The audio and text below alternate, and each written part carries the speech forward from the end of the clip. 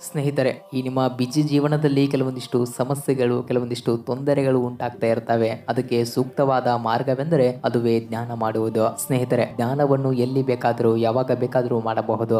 Office ಕುರ್ಚಿಯಲ್ಲಿ ಕುಳಿತು ಮಾಡಬಹುದು, ಇಲ್ಲಾಂದ್ರೆ ಟ್ರಾವೆಲ್ ಮಾಡುವಾಗ ಮಾಡಬಹುದು, ಇಲ್ಲಾಂದ್ರೆ ಒಂದು ಚಾಪೆ ಅಥವಾ ಒಂದು ಮ್ಯಾಟ್ ಅನ್ನ ಹಾಕಿಕೊಂಡು ಕುಳಿತು ಮಾಡಬಹುದು. ಈ ಮುಂಜಾನೆಯಿಂದ ಸಾಯಂಕಾಲ ಮಲಗುವವರೆಗೂ ಆ ಒತ್ತಡದಲ್ಲಿ ಆ ದಿನವನ್ನು ಕಳೆಯುತ್ತೇವೆ.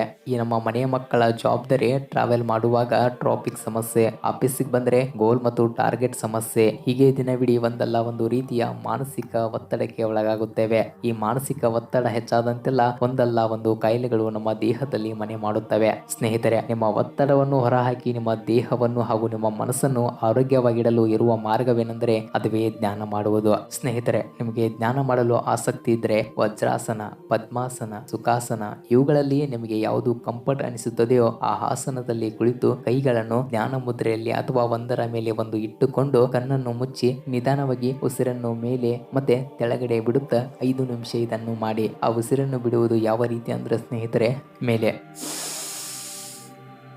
ತೆಳಗೆ,